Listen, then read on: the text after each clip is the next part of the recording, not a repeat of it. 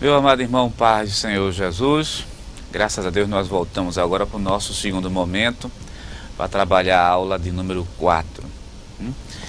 Ficaram algumas perguntas das aulas anteriores e algumas contribuições de alguns alunos, né? No transcorrer da aula, acredito que vai ser possível a gente tentar responder.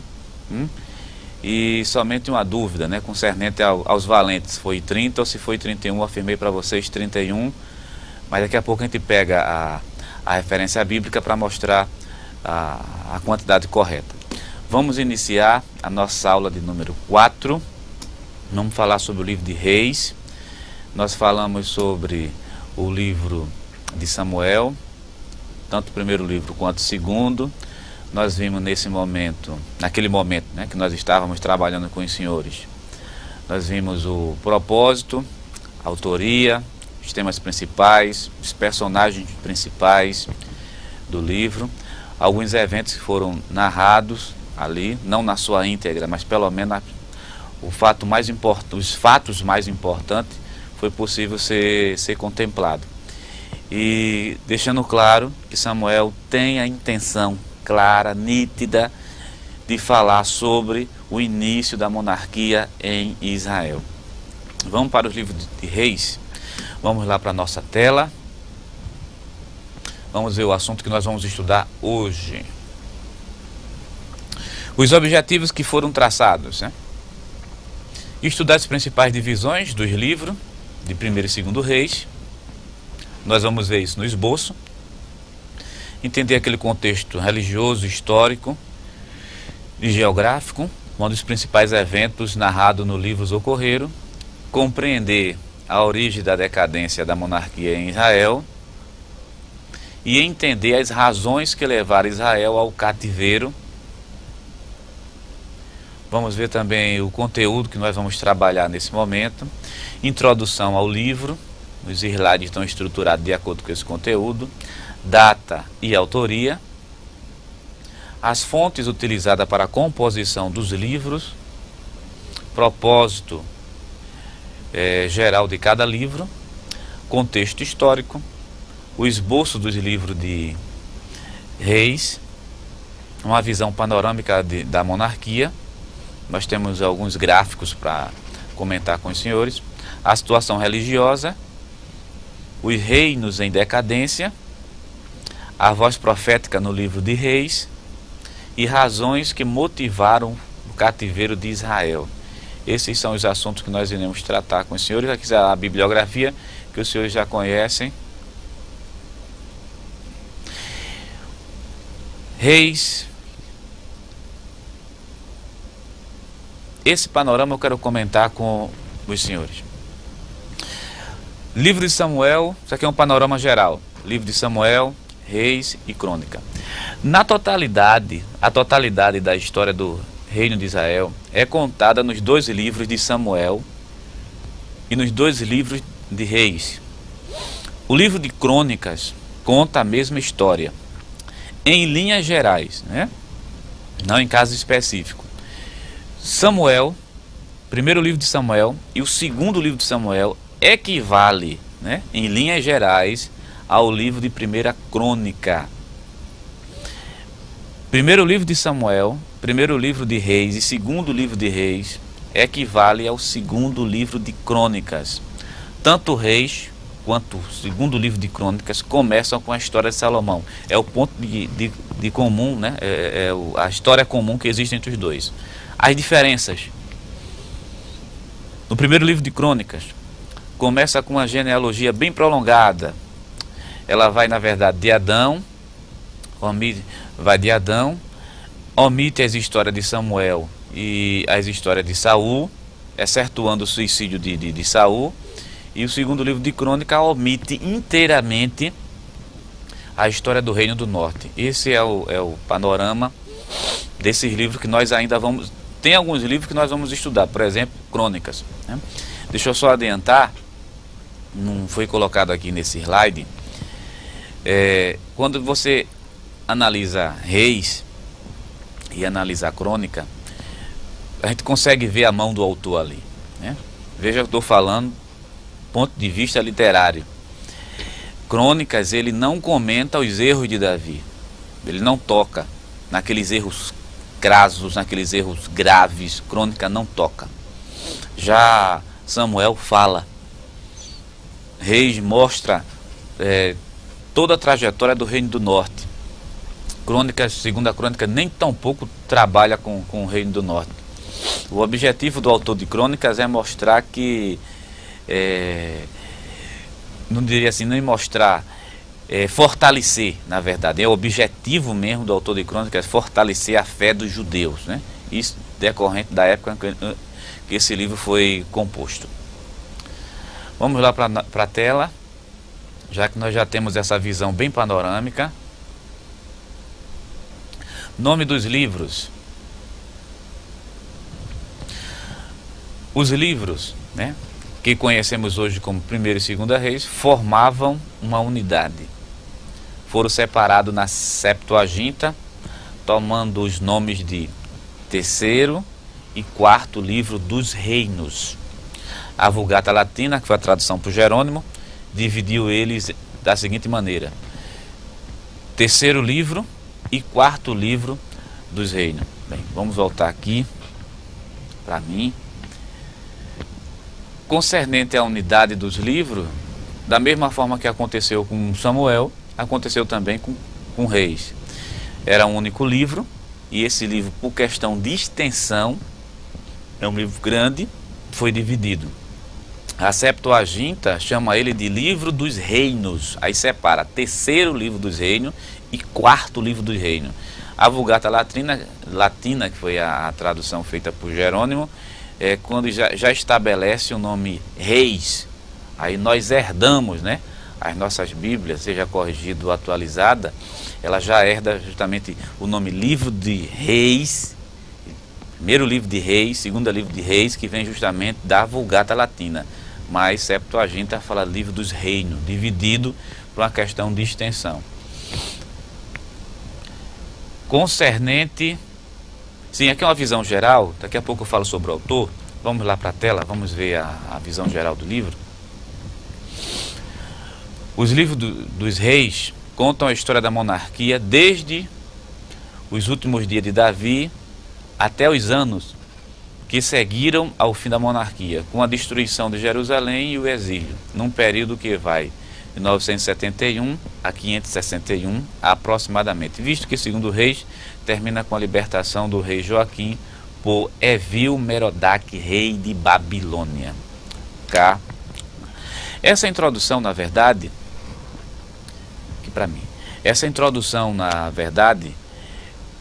mostrando o objetivo geral do livro de Crônicas, né? do livro de Reis, desculpa, mostrar a trajetória mesmo do reino monárquico que foi fundado lá com Samuel, passa Saul como sendo o primeiro rei, depois vem Davi, depois de Davi Salomão, depois de Salomão o reino é dividido. A trajetória política e religiosa desses reinos é relatada justamente no livro de Reis, tanto no primeiro rei quanto também no segundo. Concernente à autoria, existem duas teorias distintas. A primeira teoria fala que foi Jeremias quem escreveu esse livro. Bem, a grande maioria dos comentários atribui a ele. Jeremias é o escritor do livro de Reis. Mas essa informação vem da onde? Na verdade, essa informação vem do Talmud. Tem um Talmud babilônico e tem um Talmud de Jerusalém. Os dois são unânimes em dizer que o livro foi escrito justamente pelo profeta Jeremias. É a primeira teoria, estou falando de teoria, já que os livros de Reis, eles não trazem expressamente nem explicitamente o nome do seu autor. Existe uma segunda, que é bem sustentada, a segunda teoria. Vamos lá para a tela? Fala que é um autor anônimo. Os últimos versículos de Reis foram provavelmente escritos por um escritor anônimo no exílio na Babilônia. Você pode conferir isso na sua Bíblia, lendo o segundo livro de Reis, capítulo 25, começando do versículo 27 até o versículo número 30. Então são duas teorias distintas. A primeira vem da tradição judaica e a segunda, já baseado nos estudos, a teologia hoje afirma que o autor é anônimo. Anônimo. Aí se pergunta, né? Vou botar aqui para mim, aí geralmente se pergunta qual das teorias estão certas concernente ao livro de Reis. Quem foi seu autor? Foi o profeta Jeremias ou é o que a teologia moderna diz hoje, né? Que é um autor anônimo? Bem, é mais, eu não vou dizer, não questão de lógica, é mais equilibrado a gente se posicionar em dizer que Reis tem um escritor anônimo, né? Baseado nas informações que nós temos hoje, né? De posse das informações, tem até um versículo bíblico que mostra isso, que tenta pelo menos, que é utilizado para mostrar que o escritor é anônimo. Mas o fato de ser Jeremias o profeta, ou o fato de ser anônimo, em nenhum momento abala a inspiração, nem tampouco a credibilidade do livro, em nenhum momento. Ok? Fontes utilizadas para a composição do livro. Da mesma forma que Samuel teve fontes que foram utilizadas para a composição do livro, Reis também tem. Vamos lá para a tela e vamos ver quais foram essas fontes. Primeira fonte utilizada para narrar toda essa história dos reinos. Livro da História de Salomão. 1 Reis, capítulo 11, versículo 41. Segunda fonte, livro das crônicas dos reis de Israel. 1 Reis, capítulo 14, versículo 19. Terceira fonte utilizada pelo escritor dos livros de reis. Livro das crônicas dos reis de Judá. Primeiro livro de Reis, capítulo 14, versículo 29. Estes livros foram perdidos, porém acredita-se que uma parte do conhecimento destes livros, dessas crônicas de Judá, de Israel, estejam justamente na Bíblia. Não vou dizer na sua totalidade, não. Mas uma grande parte desse conteúdo foi utilizado pelo autor para escrever justamente Reis 1 e Reis 2. Tanto o livro 1 quanto o livro 2. Então já sabemos as fontes que foram utilizadas.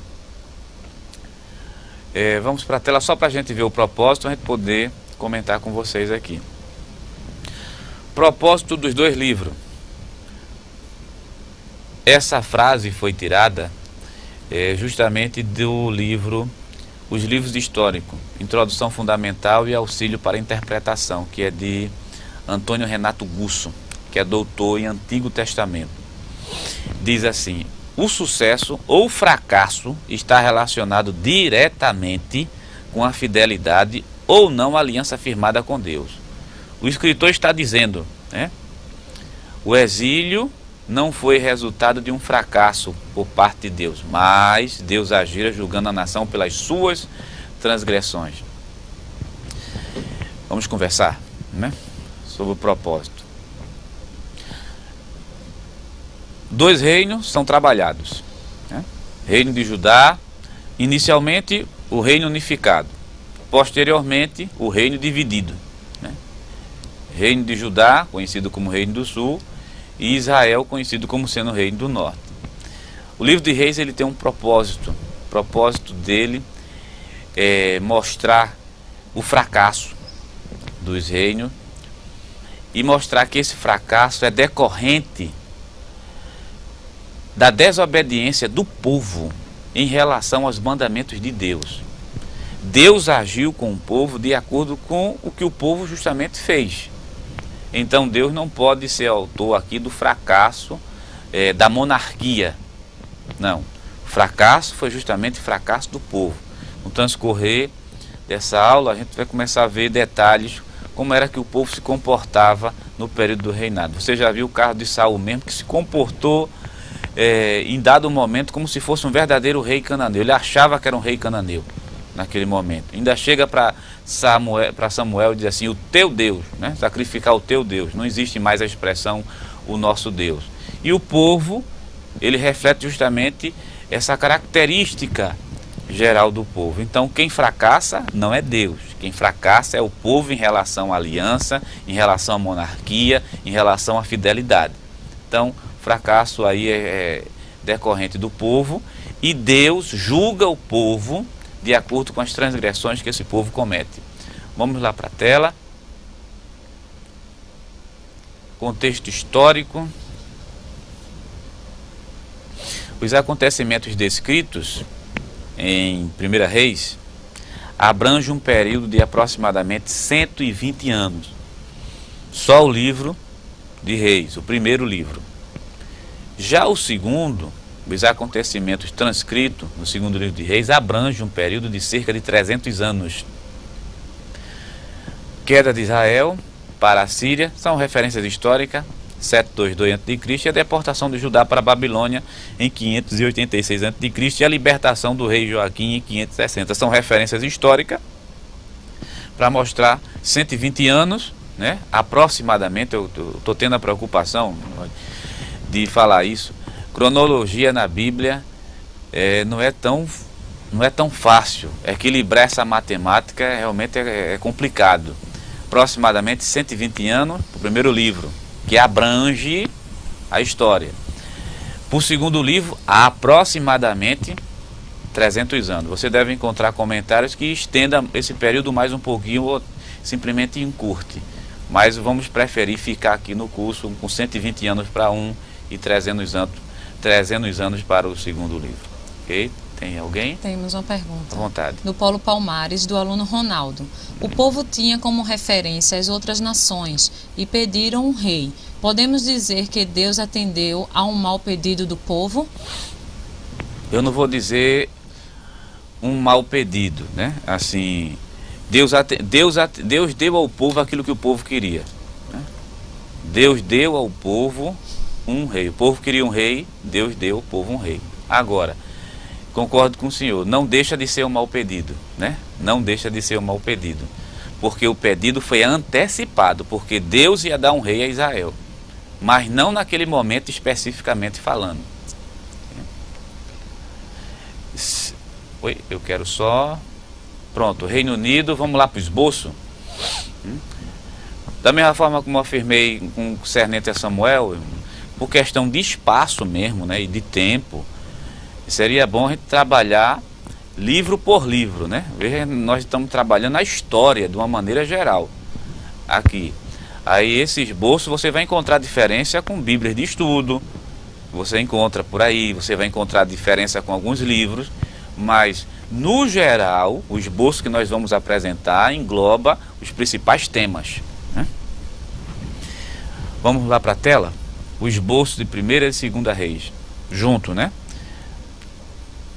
Funciona assim: Reino Unido,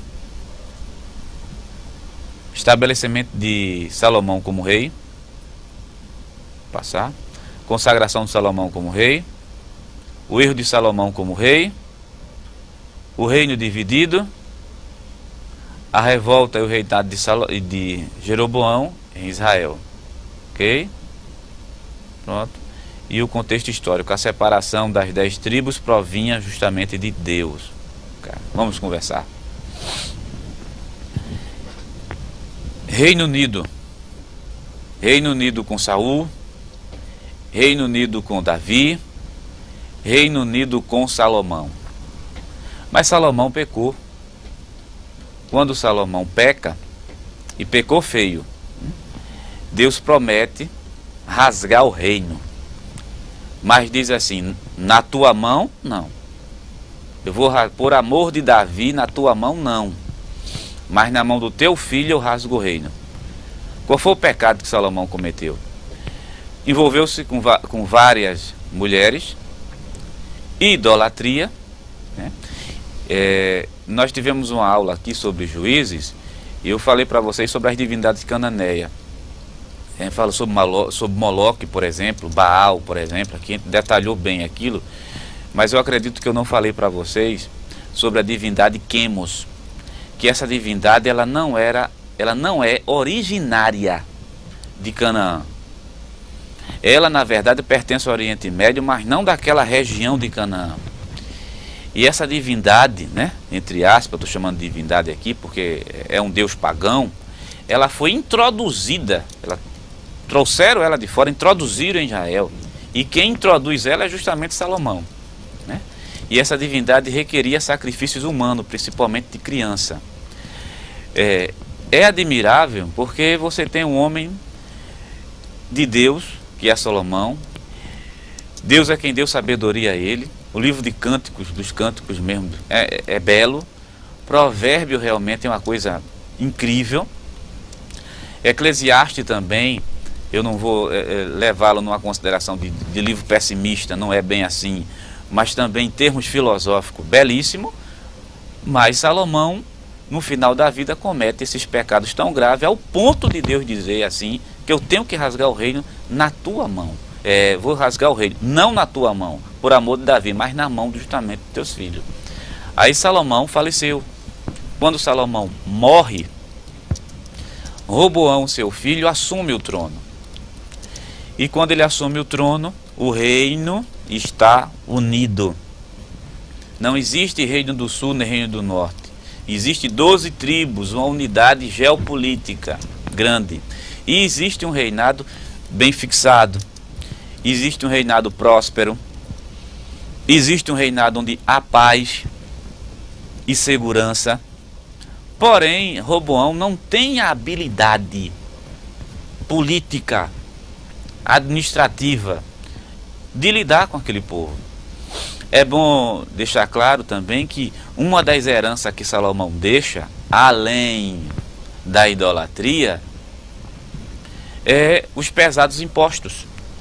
E o povo começa a reclamar dos impostos. Os impostos são muito altos, porque para manter toda a realeza, né, era caro, está se tirando do povo. E se pergunta a Roboão, na verdade o que a população queria era uma resposta de Roboão a isso. O conselho que Roboão escuta é dos mais velhos, daqueles que conviveram com Salomão desde o seu início, passando por sua trajetória, até mesmo a sua morte. Você encontra os mais velhos dizendo: Roboão, serve ao povo e o povo te servirá. Mas ele despreza o conselho dos mais velhos, anciões, dos mais experientes, e vai para os mais jovens, aqueles que foram criados justamente com ele, naquele momento. E o que se recebe ali, que Roboão, ele pega o conselho dos mais novos, despreza dos mais velhos, né? Os mais novos usam uma expressão idiomática que a gente vê aqui em língua portuguesa, que é interessante. Diz ao povo que meu dedo mindinho, que teu dedo mindinho é mais grosso que o lombo do teu pai. Quer dizer, se teu pai pesou a mão sobre esse povo, eu vou pesar mais ainda. O povo não tolera isso. O que acontece? O reino, que era unificado, agora se divide. E se divide da seguinte maneira: Judá e Benjamim, conhecido como sendo Reino do Sul, e as demais tribos restantes, as 10 tribos na verdade, ficam conhecidas como sendo Reino do Norte. O profeta Oséias vai chamar de Efraim. Pergunta? Tem sim. Pronto, do Polo Cabrobó, do aluno José Roberto. Salomão morreu desviado? Existem registros sobre isso? Olha, não existe na verdade um registro, né? Essa questão de Salomão, se morreu salvo ou se morreu desviado, é uma questão muito polêmica, por uma questão bem clara.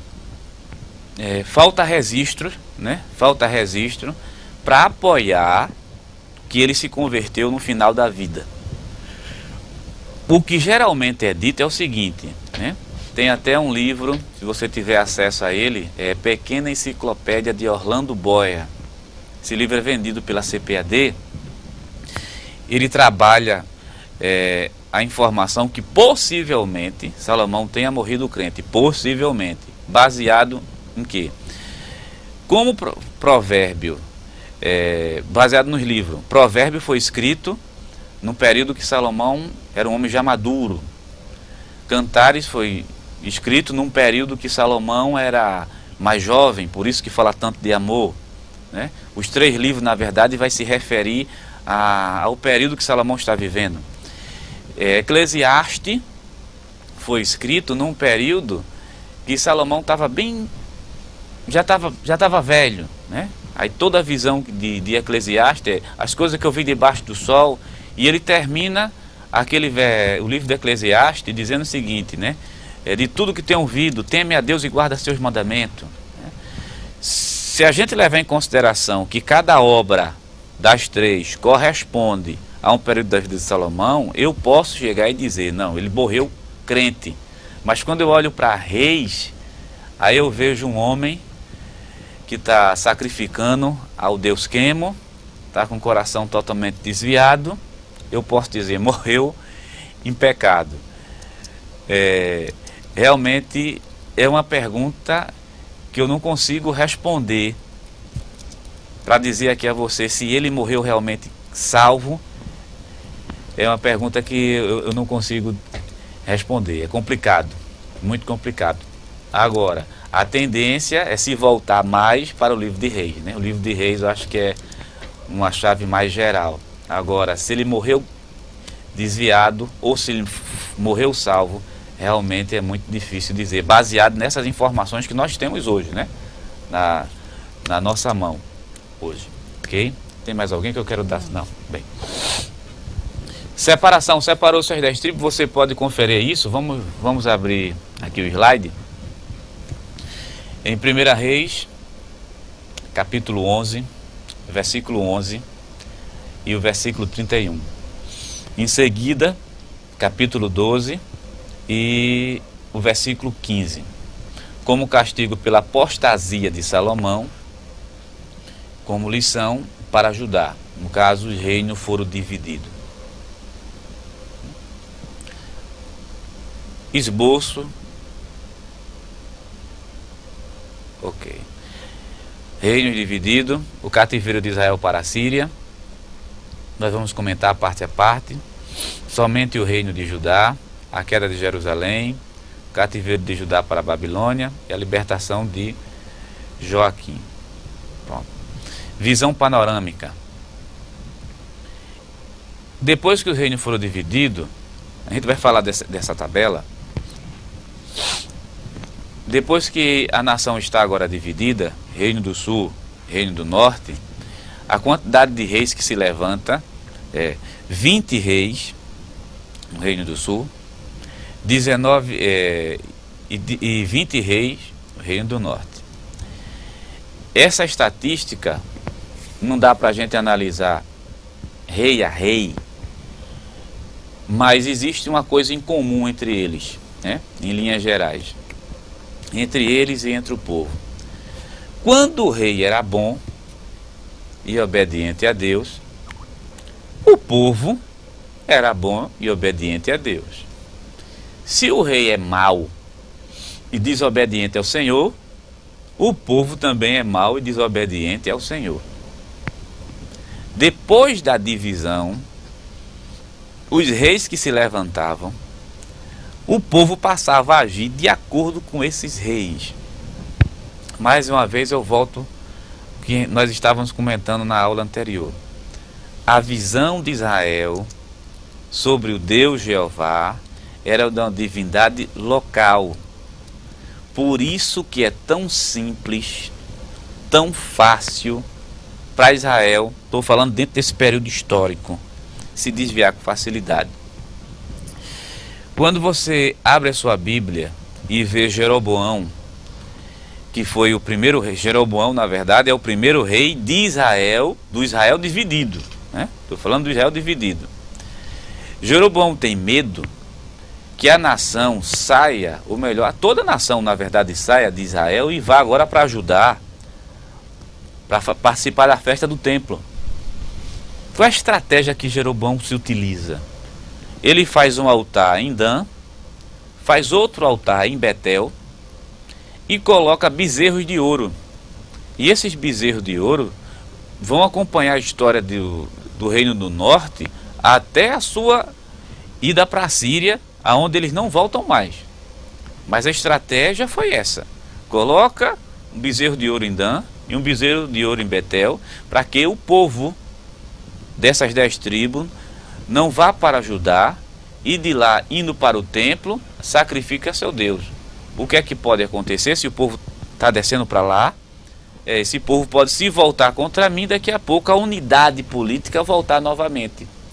Mas tem uma expressão bíblica que sai da boca de Jeroboão que impressiona. Jeroboão diz assim: eis aí os vossos deuses que vos tiraram do Egito.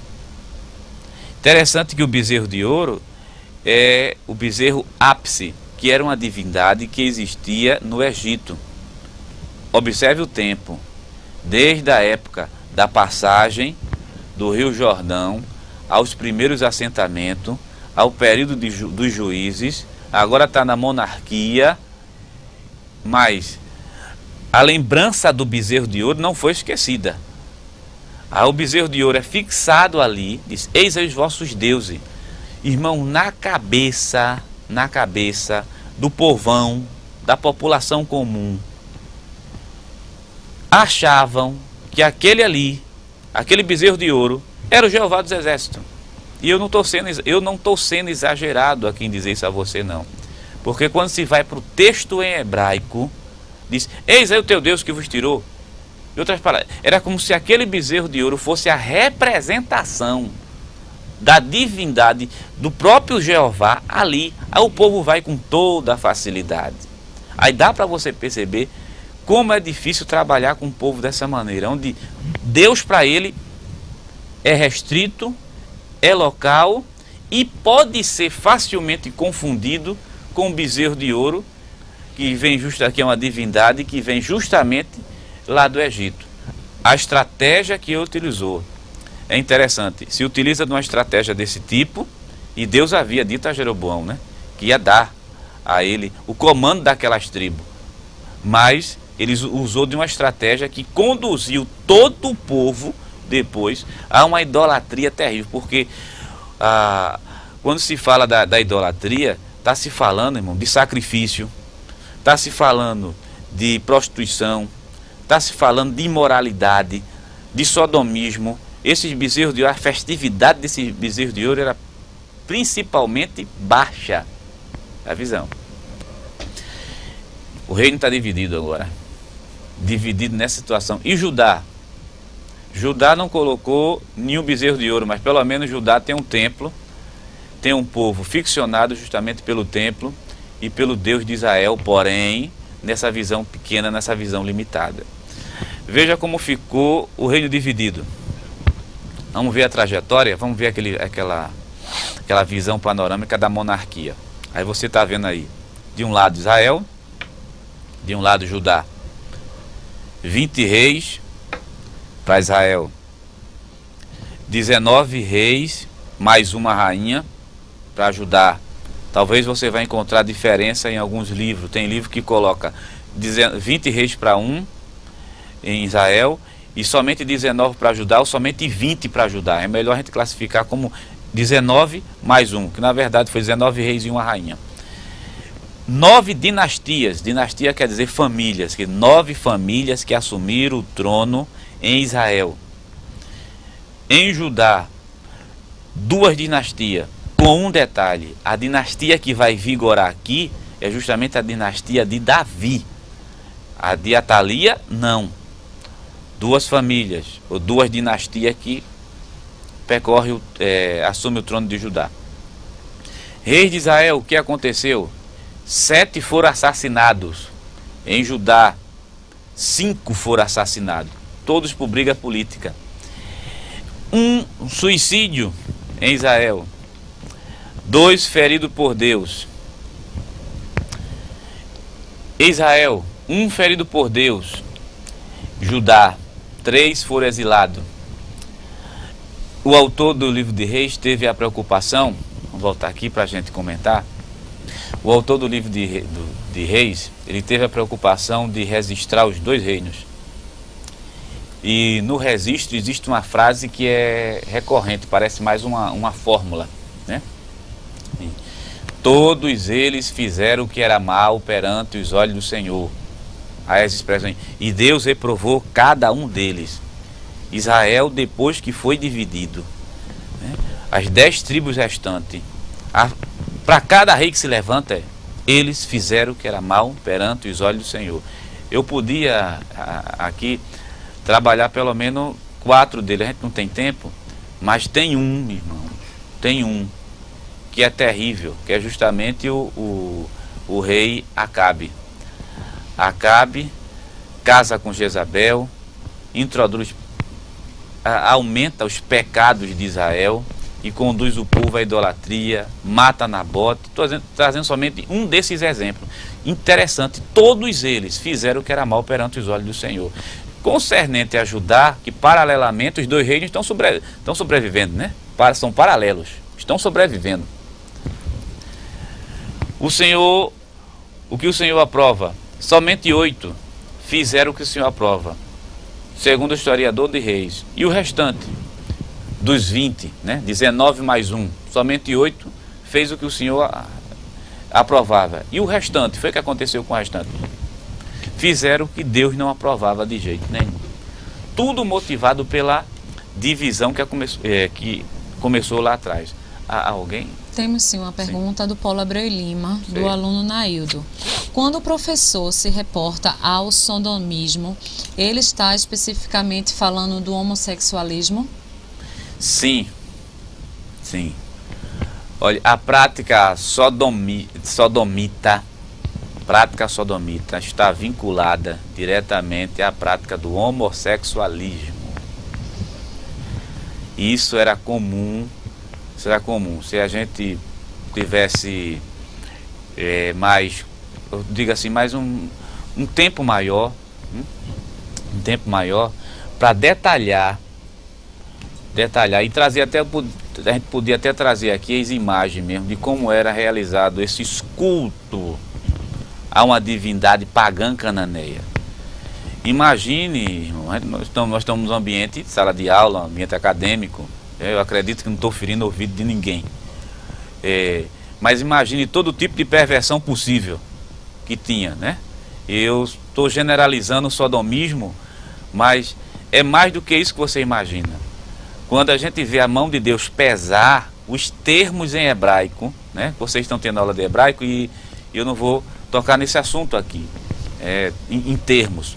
Olha, os termos em hebraico são muito fortes para idolatria, feitiçaria, prostituição, adultério e fornicação e sodomia. Mostram a realidade realmente complicada. Quando a gente chega mais perto dessa realidade, a gente entende porque a Bíblia diz assim, e Deus irou-se. Né? Irou-se, é claro que Deus não tem sentimento humano, mas mostrando como Deus reage à baixeza que o ser humano consegue chegar. Ok? Mais alguém? Tem sim, do Paulo Vitória, do aluno Misael. Professor, alguns críticos discordam do auge período de Israel com o reinado de Davi e Salomão sobre o tamanho real deste reino e destacam sobre um reino local ou tribal. Como responde estes críticos? Como responder, na verdade, né, a esses críticos? Olha, deixa eu me reportar a Israel. Deixa eu abrir só um parênteses aqui para você entender, para vocês entenderem uma coisa. Quando eu era estudante de graduação, e eu achava que os piores ateus fossem daqui da América do Sul, né? Aí quando eu comecei a fazer um curso paralelo, que era justamente hebraico e grego, aí em uma das universidades aqui, por questão de ética, você é em uma das universidades pernambucanas aqui, que foi uma das áreas da minha especialização, eu fiquei abismado que os piores ateus, eu acho que não está nos Estados Unidos, não estão na Rússia, os piores ateus estão justamente dentro de Israel hoje, os piores. E essa informação que o senhor está trazendo, que é divulgada pelos meios de comunicação, vem justamente de Israel. Os cientistas israelenses, eles dizem, olha, o reino de Davi foi um reino tribal, um reino tribal, local, e deixa aí mais adiante. Tem um deles que gravou até mesmo um DVD, e está no YouTube, que ele vai dizer até a extensão desse reino de Davi, que não se resumia a 400 casas, né? Quer dizer, é reduzir isso aí. Aí se pergunta, existe evidência histórica realmente para confirmar o que esses cientistas estão dizendo? Evidência histórica, na verdade, não existe. O que existe são suposições. Vou dar um exemplo. Na maioria dos livros de Antigo Testamento, seja Antigo Testamento, eu não estou falando não de teologia, né? Teologia do Antigo Testamento é uma disciplina à parte, mas só Antigo Testamento. Você coloca ao lado reino de Saul, reino de Davi, reino de Salomão. Mas nenhum desses livros bíblicos mostra a extensão, mas não mostra a quilometragem, né? Em quantos metros, nem quilometragem, nem metros quadrados, porque realmente não dá para dizer, não tem como dizer. Você não vê isso. E historicamente, o que é que esses cientistas fazem? Eles supõem que o reino venha a ser tribal. É uma suposição que eles usam. Somente isso. Ok? Ok.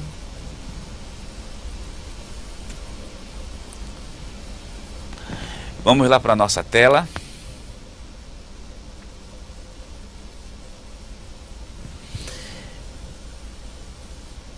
Situação religiosa. Coisa que eu já falei, mas vamos só revisar aqui.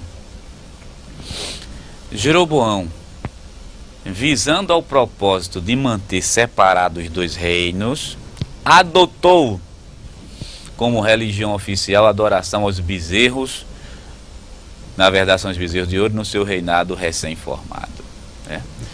Religião do Reino do Sul afundou-se cada vez mais nas práticas da adoração a Baal e de outras religiões cananeias. Vamos voltar, vamos conversar, ok? Essa informação é tirada do Manual Bíblico de Halley. Eu acredito que muitos de vocês conhecem. O Manual Bíblico de Halley, ele é da editora Vida. Ele é barato. Ele é um livro muito bom, tem 900 páginas esse livro. Eu lembro que ele estava sendo vendido ou foi por 40 ou foi 45 reais. Esse livro Manual Bíblico de Halley. Traz informações preciosas. E uma das informações que ele traz, que eu gosto muito, é porque Judá, ele adora a Deus e daqui a pouco ele vai se afundando na adoração a Baal e em outras divindades. E aqui tem uma reticência, aqui é só uma frase de um texto maior, né? Você vê Halley dizer o seguinte, né? E provar isso historicamente, que em muitos momentos se adorava a Deus e se adorava a outras divindades pagãs. No mesmo momento. É impressionante, quer dizer, as divindades viviam juntas, né? Ali, né? Se adoravam juntos. É a visão que o povo tem, né? Olha, quem vai corrigir isso,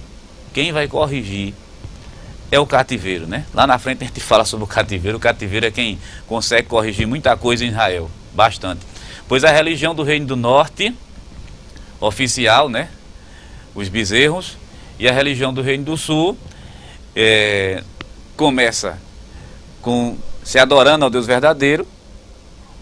Depois, essa adoração vai ficando paralela à adoração a Baal, e depois se adora só a Baal e as religiões cananeias e assim por diante. Ok? Temos uma pergunta do Paulo Uricuri. Em Coríntios 6:10, os efeminados, nem os sodomistas, herdaram o reino de Deus. Qual a diferença de sodomita e efeminados? Efeminados, bem, eu vou comentar em comentar em linhas gerais, porque eu não sei se vocês já tiveram teologia bíblica do Novo Testamento ou Novo Testamento, né? Que tem o seminário aqui tem Novo Testamento 1, Novo Testamento 2 e tem teologia bíblica do Novo Testamento. Sodomita é aquele que pratica o ato. Eu acho que eu não preciso ser mais explícito. O efeminado, ele não pratica. Ele tem o jeito, mas ele não pratica. O efeminado. Agora, o sodomita é como se fosse o casamento, né? Olha, irmão, não dá para mudar essa realidade, né? Já conversei com alguns cientistas dentro da área que quiseram até dar uma conotação diferente para o termo, né? Não tem como dar conotação diferente. A visão é essa. O sodomita, ele faz. O efeminado, ele ainda não faz, mas ele tem toda a sua, ele tem todo o comportamento, ele só não executa, não executa a relação homoafetiva. Ele só não faz executar isso, mas a diferença é essa. Já o sodomita realmente faz. E os dois casos na Bíblia, como nosso irmão apontou o versículo e leu muito bem, apontou o versículo e ela leu aqui, a Bíblia reprova, não sou eu que estou reprovando, né? Quem está a gente que quer reprovar simplesmente porque a gente quer. A Bíblia reprova. Ora, se a Bíblia reprova, Deus reprova. Se Deus reprova, se eu sou filho dele, eu também reprovo. Mais alguém? Tem uma do Paulo Abreu Lima, do aluno Naildo. A sodomia só pode ser praticada entre homossexuais ou existe outra possibilidade de praticar a sodomia? A sodomia só deixa eu ver se eu entendi. Só entre homossexuais. Eu acho que não está colocando aí no caso da mulher. Não sei se é isso. Só homossexuais. No caso, só homens, né? Não, a sodomia envolve homens e envolve mulheres. Viu? Sodomia envolve homem, envolve também mulheres. Não é só questão de homens, não. Mulher também está incluída ali no meio. Paulo Abreu Lima postou aqui em geral. Em geral, viu? Aí não tem como fugir, né, dessa realidade. Tá? Vamos lá para a nossa tela, vamos ver a decadência do Reino do Norte. Está lá. Vejam, eu lamento assim, eu lamento porque o nosso programa ele é curto, né? Porque realmente é a distância, mas isso não tira a qualidade dele, de jeito nenhum. Veja que a gente deu um pulo, né, grande, a gente começou a falar da divisão e já pula justamente lá para a decadência do Reino do Norte. Mas vamos ver nesse slide rapidamente. Reino do Norte é o período, né, de 933 a 721 aproximadamente antes de Cristo. Como é a trajetória do Reino do Norte? A trajetória do Reino do Norte funciona assim: nos seus primeiros 50 anos, hostilizado por Judá, né? Em um comentário mais específico, não é simplesmente hostilizado, fizeram guerra entre si, né?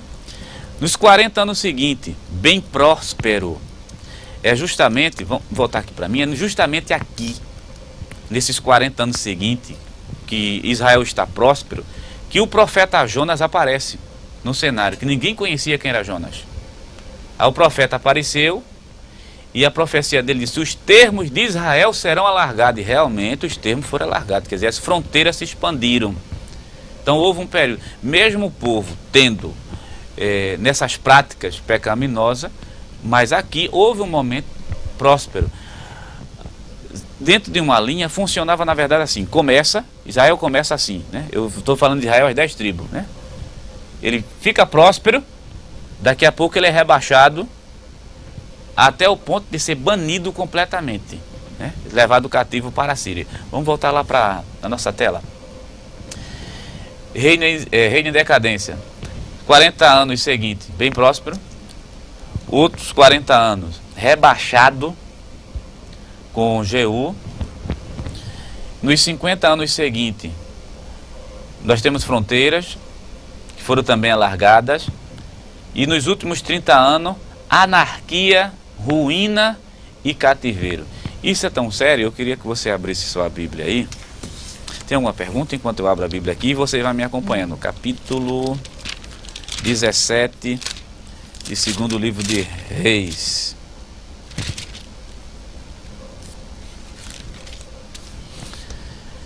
Segundo livro de Reis, capítulo 17, só para a gente se referir a esse período de anarquia geral. Oséias é o rei de Israel. Começando, na verdade, do versículo 8. A denúncia, né, que os profetas fazem. Andaram nos estatutos das nações que o Senhor lançara fora de diante dos filhos de Israel, e nos costumes dos reis de Israel. E os filhos de Israel fizeram secretamente coisas que não eram retas contra o Senhor seu Deus, e edificaram altos em todas as suas cidades, desde a torre dos Atalai até a cidade forte. E levantaram estátuas e a imagem do bosque em todos os altos outeiros e debaixo de todas as árvores verdes. E queimaram ali incenso em todos os altos, como as nações que o Senhor transportara de diante deles, e fizeram coisas ruins para provocar a ira do Senhor, e serviram os ídolos dos quais o Senhor lhe disse: não farei estas coisas. Versículo de 15, você pode acompanhar na sua Bíblia. E rejeitaram os estatutos e o concerto que fizera com seus pais, como também o testemunho com que protestara contra eles. Versículo 16, para a gente adiantar. E deixaram todos os mandamentos do Senhor seu Deus, e fizeram imagem de fundição, 2 bezerros, e fizeram um ídolo do bosque, se prostraram perante todo o exército do céu, e serviram a Baal, e também fizeram passar pelo fogo a seus filhos e suas filhas, e deram-se a desviações, e criam em agouros, e venderam-se para fazer o que era mal aos olhos do Senhor, para o provocarem a ira. Anarquia geral. Nos últimos 30 anos, que foi justamente do reinado de Oséias, Israel chegou a um estado que não parecia mais que Deus havia passado ali naquela região, passado ali, tinha sido adorado ali. Quando começou a sacrificar crianças, estou dizendo o povo de Deus, isso aqui não é o povo cananeu não, isso aqui é o povo de Israel, a descendência de Abraão, passou a sacrificar criança a deuses pagãos. Aí simplesmente Deus permitiu que a Assíria viesse e levasse justamente o reino do norte cativo. Aí geralmente se faz aquela pergunta: o reino do norte voltou para o seu local de origem? Posteriormente, não há registro de que o reino do norte volte. As 10 tribos se perdem dentro da história. O que é que acontece na verdade ali naquela região? O rei da Síria traz gente de Ava, de Cute, de outras nações, coloca no local para repovoar o reino do norte, repovoar. Os pobres que ficaram na terra é que vai justamente manter casamento, e a partir dali que vai sair justamente uma população, da origem uma população mista, e dali vai sair justamente o samaritano, que vai causar problema com o povo de Israel, já lá no Novo Testamento, ao ponto da Bíblia dizer: judeus e samaritanos não se comunicam, simplesmente por causa dessas razões. E as 10 tribos se perderam no transcorrer da história, não volta mais, ficou só simplesmente Judá e Benjamim. É a parte mais triste, e quando se estuda o Antigo Testamento é a parte negra, a parte triste disso aqui. Eu ainda quero que você acompanhe comigo Amós capítulo 4, versículo 12. Enquanto você procura, deixa eu perguntar aqui a Luciana se tem alguma pergunta. Não? Amós capítulo 4, versículo 12. Porque os profetas foram levantados para denunciar o pecado, mas também para convocar o povo, irmão. Convocar o povo ao arrependimento. Veja o que Deus fez para que esse povo que você está vendo aqui, que sacrificou crianças, voltasse para ele. Capítulo 4, versículo 12, que é muito conhecido, usado nos cultos de pregação, assim: portanto, assim te farei, ó Israel, porque isso te farei, prepara-te. Portanto, é a palavra conclusiva da língua portuguesa. Tem alguma coisa lá atrás que a gente precisa olhar. Aí quando a gente olha o capítulo 4 e o versículo 7 por diante, Ou melhor, versículo 6, diz assim: por isso também vos dei limpeza de dente em todas as vossas cidades, e faltava pão em todos os vossos lugares. Contudo, vocês não se converteram a mim, diz o Senhor. Versículo 7, além disso, retive a chuva. Só estou lendo a primeira linha, a segunda. Versículo 8, e andar errante em 2 ou 3 cidades. Finalzinho do versículo 8, contudo, vocês não se converteram a mim. Por 4 vezes, Amós tem essa expressão: vocês não se converteram a mim. Olha, o que é que Deus está fazendo?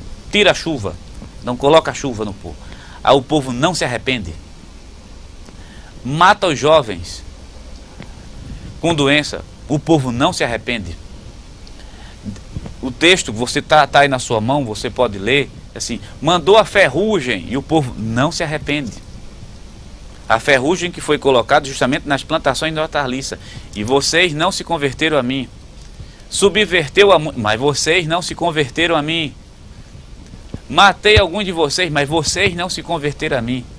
Aí Deus tenta por 4 vezes, ou é 5, se eu não estiver enganado, são 5 vezes que essa expressão aparece. Na última vez, o versículo 12 é assim: portanto, prepara-te para se encontrar comigo. O encontro aqui é encontro de juízo. Quer dizer, Deus fez de tudo para trazer esse povo para si. Mas quando esse povo vai colocar, mas as tentativas que Deus faz, o povo não corresponde. Disse: já que vocês não correspondem, então prepara-te para te encontrar com o teu Deus, aquele que aplana os montes. Então a mensagem aqui, o encontro de juízo, porque todas as chances foram dadas para que esse povo se convertesse, mas infelizmente esse povo não se converteu. E a nação, as 10 tribos, se perdem na história.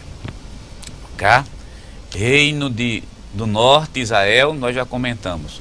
Vamos mais adiante e vamos ver o Reino do Sul, se tem alguma pergunta para a gente. Não temos, mas eu quero dar um aviso aos tutores, que a chamada será aberta às 4h50 para a marcação de frequência dos alunos, às 4h50. Ok. 4h50.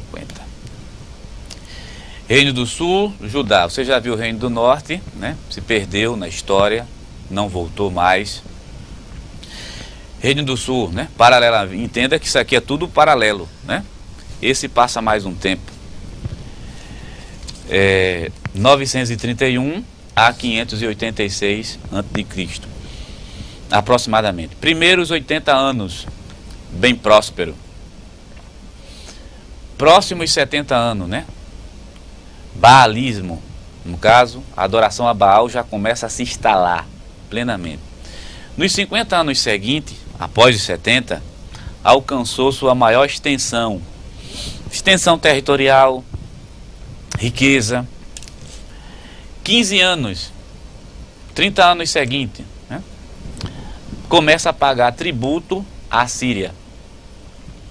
Últimos 100 anos, recuperou a independência, porém, depois se transforma em vassalo da Síria. Você está percebendo uma coisa aqui no Reino do Sul? Reino do Sul, que o Reino do Sul, ele ainda tenta, né, adorar a Deus, depois se afoga no baalismo.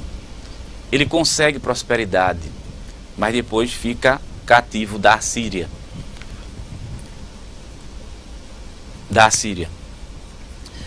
Os conflitos bélicos entre Judá e a Síria se resumem a 10 conflitos, né? Entre Judá e Israel se resume a 5 conflitos. Observe que esses reinos viviam em conflito praticamente, em linhas gerais, constantemente. Chegou um momento que o Reino do Sul teve que ser levado cativo para a Babilônia. Deus usa o profeta Jeremias e diz o seguinte: o Reino do Sul será levado cativo, Judá será levado cativo, e o cativeiro durará 70 anos. E da forma que Jeremias profetiza, assim acontece, e o cativeiro babilônico é no período de 70 anos, por intermédio da profecia de Jeremias. Em Crônicas, quando a gente começar a trabalhar Crônicas, o autor de Crônicas traz uma informação importantíssima. Ele diz assim: o cativeiro é 70 anos para que a terra se agradasse dos seus sábados, que é o chamado sábados anuais, né? A cada 49 anos, quando chegava o 50º ano, a terra descansava de suas atividades. E o mais importante, quem tinha escravo tinha que libertar, quem tinha dívida tinha que pagar. E Israel já não fazia isso já há bastante tempo. E o autor de Crônica diz: esse cativeiro aconteceu justamente para isso. Porque ficou muita coisa lá atrás sem ser feita. Ninguém libertou escravo, ninguém libertou os cativos, ninguém pagou dívida de seu ninguém. Mas, nesse período, apareceu a voz profética. Antes disso, né, temos uma pergunta do Paulo Vitória. À vontade. Do aluno Gediael. Nestes dias negros de Israel, há 2 reis, Acabe de Israel e Manassés de Judá, que rogaram e obtiveram misericórdia e transpassou o pecado para os filhos. O arrependimento livrava o rei, mas não o povo. Havia uma determinação divina de espalhar o povo? Não existia uma determinação divina, irmão. Assim, uma determinação para espalhar o povo, não. Você vê o caso de Manassés, que foi citado aqui. Manassés é um rei perverso, pior que Acabe, né? Se a gente pudesse detalhar rei por rei aqui, seria muito interessante. Mas Manassés é terrível mesmo. E esse homem terrível, quando ele se arrepende, Deus perdoa. Deus perdoa. O livro de Reis e Crônicas principalmente, quando a gente chegar em Crônica, a próxima aula a gente trabalha a Crônica aqui. Crônica, ele tem aquele objetivo de fortalecer a fé, né? Ele mostra alguns aspectos que é interessante, quer dizer, por pior que seja o camarada, por pior que seja a pessoa, o indivíduo, mas se essa pessoa se arrepender, Deus perdoa. Deus só não tira uma coisa, Deus só não tira a consequência. O problema de Israel é porque depois que o rei saía, entrava outro perverso. E o povo ia na mesma perversão. Aí Deus julga o povo em relação aos pecados que o povo vinha cometendo. Mas não era da vontade de Deus espalhar. Da vontade de Deus diretiva espalhar, não. Não foi isso que estava no projeto original. Mas Deus agiu de acordo com a intenção do povo, com as transgressões do povo. E mesmo assim, Deus não perde o controle da situação em nenhum momento. Tem mais alguém? Não? Tem sim, do Paulo Palmares, do aluno Edésio. É certo dizer que no princípio em Israel o nome Jeová trazia a ideia de senhor, marido e dono, e mais tarde apareceu o termo Baal, que significa senhor, marido e dono. E Baal era o deus da fertilidade e prosperidade, e deus do fogo. Então podemos entender que no reino do norte, nos dias do profeta Elias, Reis 18:21, o povo estava dividido entre Jeová e Baal por conta deste termo? Não por conta do termo, né? O nome Jeová vou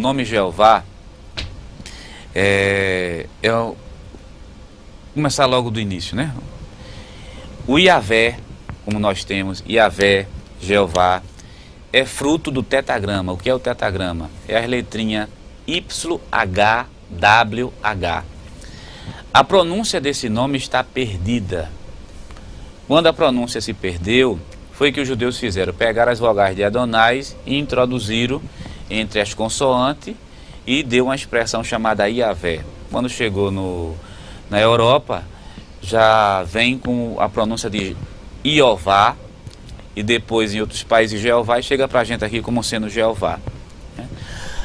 O significado real da palavra, do tetagrama, até o significado real, nós não temos significado real, né?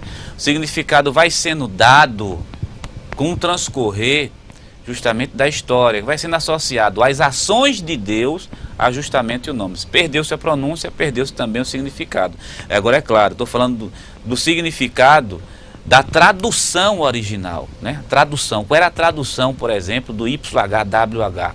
A gente não sabe. Sabe que o significado vai sendo dado de acordo justamente com as ações de Deus que estavam ali. Aí Deus é em um contexto chamado de marido de Israel, dono de Israel, dentro do contexto profético, né? Baal significa marido, também significa marido, mas os dois nomes são distintos, Jeová e Baal, e o povo de Israel sabia muito bem disso, distinto. O significado naquela época de Jeová, na época de Elias, é do Jeová Deus, do Jeová que comanda, que controla, que é poderoso.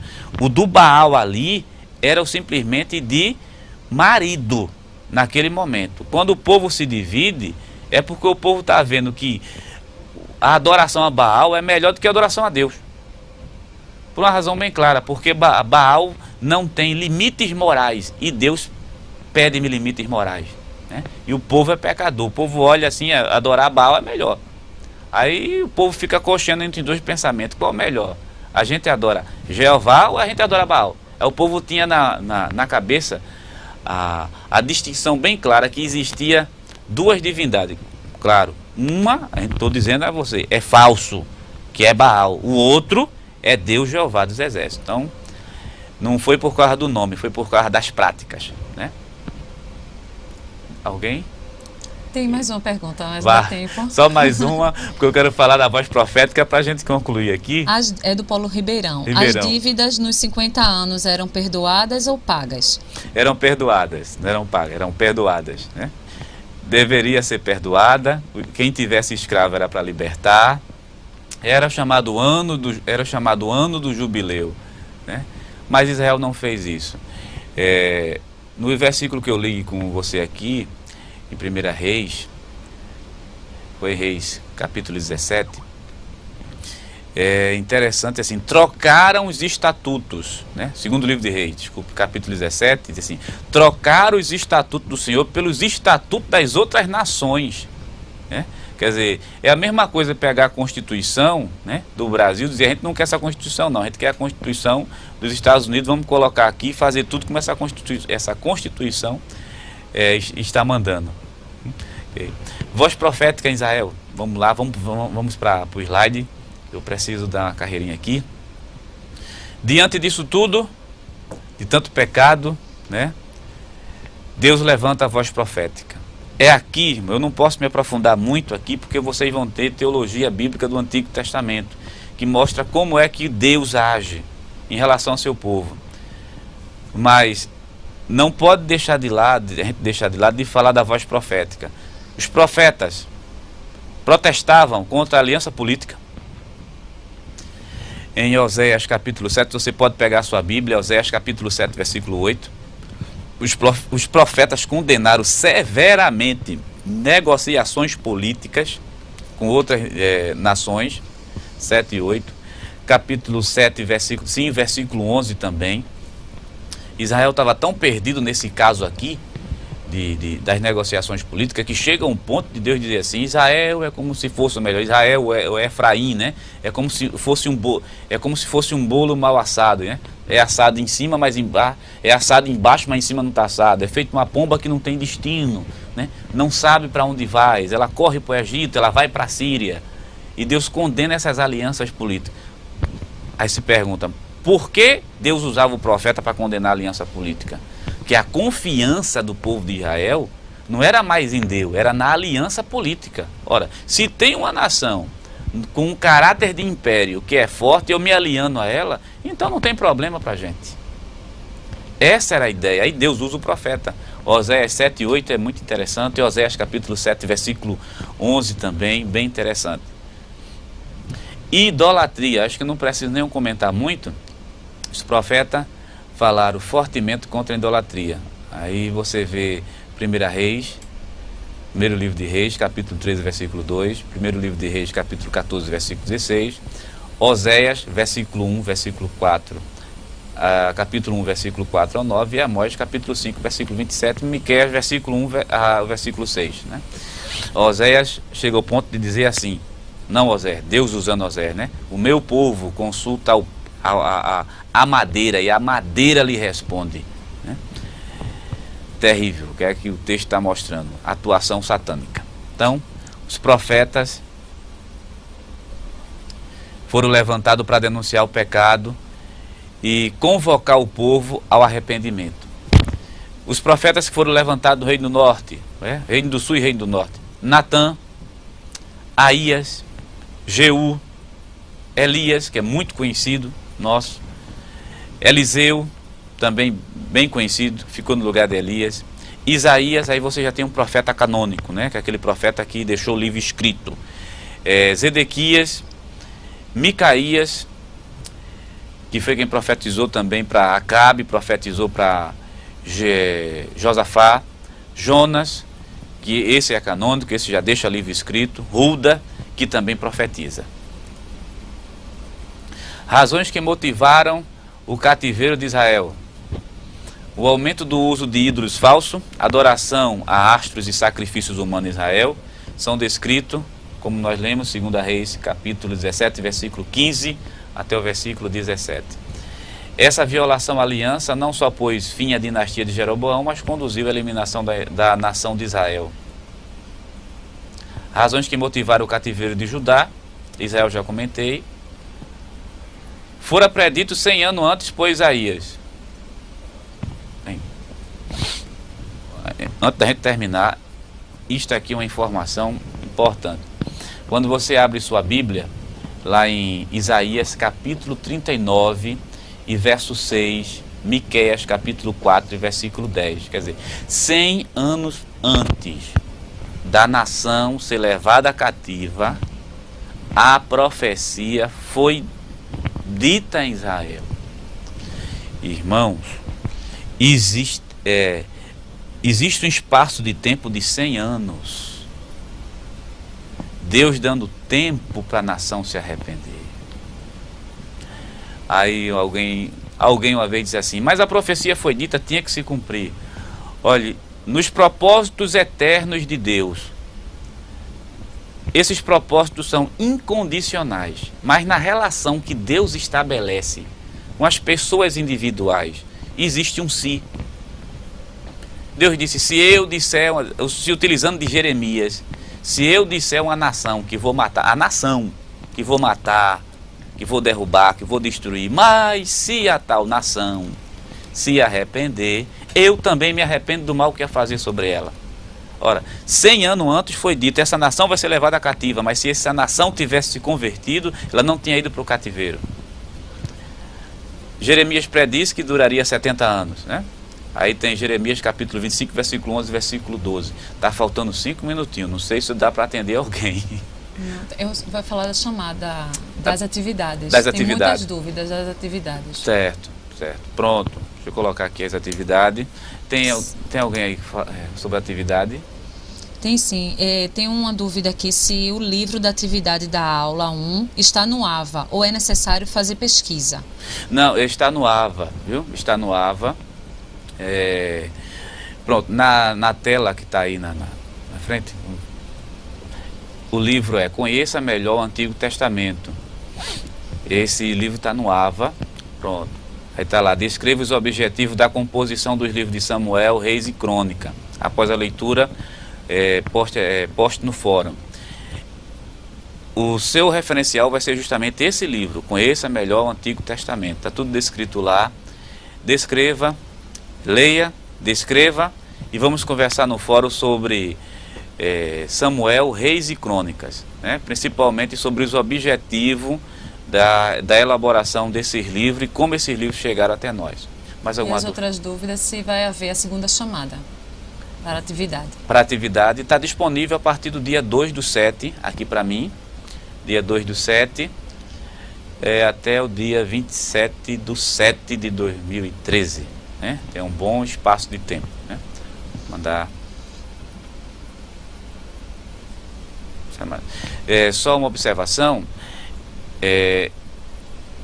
Está colocado aí, irmão, você pode ver no seu aí na tela, está colocado aí da página 91 até a página 123 do livro.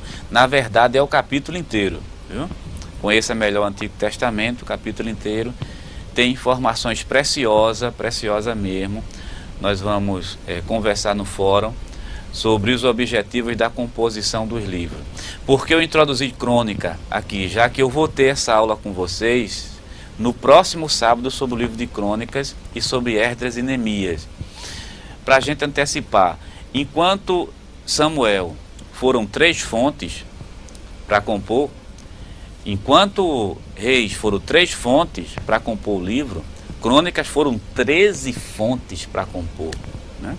E o autor, que é o do Antigo Testamento, de Conheça Melhor o Antigo Testamento, ele trabalha muito bem a questão dos objetivos. Tem os objetivos gerais, objetivo específico. A visão fica muito ampla. Quando a gente começa a ler o texto sagrado mesmo, a gente muda até a maneira de observar a trajetória do povo de Israel no Antigo Testamento. Nosso horário está terminando. Eu tenho outra dúvida, certo. Do trabalho, se vai haver a segunda chamada, do primeiro trabalho. Do segundo, eu vou conversar tem uma pergunta do primeiro. Do primeiro, olha, eu vou conversar com a direção, né, eu não falei ainda com a direção, eu vou conversar com a direção e o que a direção me falar, eu passo para vocês na próxima aula, mas não se preocupe concernente isso não, com certeza vai ter, só não vou dizer a você a data que eu tenho que combinar com eles. Meus irmãos em Cristo Jesus, eu quero agradecer a você pela sua participação nessa aula de Antigo Testamento 2, agradeço a sua paciência, a sua compreensão, nós estamos fazendo aqui o possível, né, para trazer o mais importante, a gente enxuga o assunto para trazer o mais importante para você. Quero agradecer pela sua compreensão. Próximo sábado, no primeiro horário, nós estaremos aqui. Depois tem a aula de hebraico com o professor Marco Monteiro. Deus ajude vocês, em nome de Jesus. Agora nós vamos orar para terminar e a gente se despedir. Quero mandar um abraço a todos os polos. Vamos orar a Deus. Senhor nosso Deus, Senhor nosso Pai, nós estamos aqui diante de Ti te agradecendo por esse momento que passamos na Tua presença, estudando a Tua palavra. Abençoa cada aluno que está nos seus respectivos polos. Tenha misericórdia de cada um de nós, nos dá uma noite de paz tranquila, que amanhã na escola dominical seja uma bênção, usa de compaixão conosco e se for assim a Tua vontade, próximo sábado nós estaremos aqui novamente compartilhando a Tua palavra. Vem nos ensinar, vem nos orientar, Jesus, assim nós te pedimos em nome de Jesus. Deus abençoe a todos vocês e até o próximo sábado em nome de Jesus. Um grande abraço para todos.